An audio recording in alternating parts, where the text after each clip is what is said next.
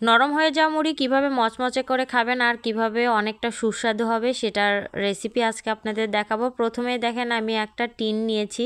এটাকে কে কে চিনেন অবশ্যই কমেন্ট করে জানাবেন। 90 দশকের লোকেরা অবশ্যই এটাকে চিনে থাকবেন। আর মুড়ির শেষের অংশটুকু দেখবেন, খেতে খেতে শেষের অংশটুকুতে দেখবেন অনেক ধুলা ময়লা জমে যায়।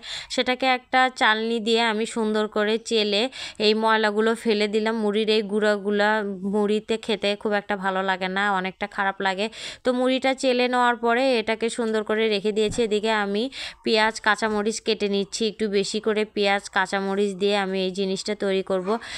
এটা আমি কি তৈরি করছি কে কে বলতে পারেন দেখি, আগে কমেন্ট করে জানান। আর যারা জানেন না তারা রেসিপিটি দেখতে থাকেন। এটা ভীষণ মজার আর খেতে ভীষণ সুস্বাদু। ছোটোবেলায় মুড়ি মাখলে মাকে বলতাম এভাবে একটু মাখো, কারণ এটা খেতে অনেক বেশি ভালো লাগে। একদম নরম হয়ে যাওয়া নেতিয়ে যাওয়া মুড়িটাও দেখবেন এভাবে যদি আপনি রান্না ভাজতে পারেন দেখবেন অনেক বেশি মজা লাগে। তো এই কারণে আমি একটু বেশ কিছুটা পরিমাণে পেঁয়াজ কাঁচামরিচ কেটে দিচ্ছি। তো পেঁয়াজ কাঁচামরিচ আমার দেখেন বেশি কুচি করলেও হবে, না করলেও কোনো সমস্যা নেই। আমার এই পেজের ভিডিওগুলো যারা যারা পছন্দ করেন অবশ্যই কমেন্ট করে জানাবেন। আর ভিডিওটি ভালো লাগলে পেজটা অবশ্যই ফলো দিয়ে আমার পাশে থাকবেন। এখানে আমি যতটুকু মুড়ি সেই অনুযায়ী আমি একটা পাত্র নিয়েছি। বড় মুড়ি হলে আরও বড় পাত্র নিতাম। এই যে তেলটা দেখলেন এটা সয়াবিন তেল বা সরিষার তেল যে কোনো একটা দিলেই হয়। এটা যে নির্দিষ্ট পরিমাণে সয়াবিন তেল বা সরিষার তেল দিতেই হবে তার কোনো মানে নাই।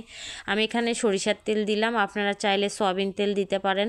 অনেক সময় দেখা যায় যে ঘরে সয়াবিন তেল থাকে কিন্তু সরিষার তেল অনেক সময় শেষ হয়ে যায়। এই মুড়িটার ক্ষেত্রে যে সরিষার তেল দিতেই হবে তার কোনো বাধ্যবাধকতা নেই। সয়াবিন তেল দিয়ে করলেও খেতে অনেক বেশি ভালো লাগে। আমার ঘরে সরিষার তেল ছিল, আর আমরা এখন সবসময় তরকারি থেকে শুরু করে সব খাবারে প্রায় সরিষার তেল খেয়ে থাকি। এই কারণে সরিষার তেল দিয়ে মুড়িটা ভাজলাম। এখানে আমি প্রথমে পেঁয়াজ কাঁচামরিচ দিয়েছি, তারপরে দিলাম পরিমাণ মতো লবণ। এটাতে লবণ খুব বেশি দিবেন না, খুবই সামান্য পরিমাণে দিবেন, যেহেতু মুড়িতে দেখবেন হালকা পরিমাণে লবণ থেকেই থাকে। এরপরে দিয়েছি আমি বেশ কিছুটা পরিমাণে চিনি। মূল স্বাদটাই হচ্ছে চিনি।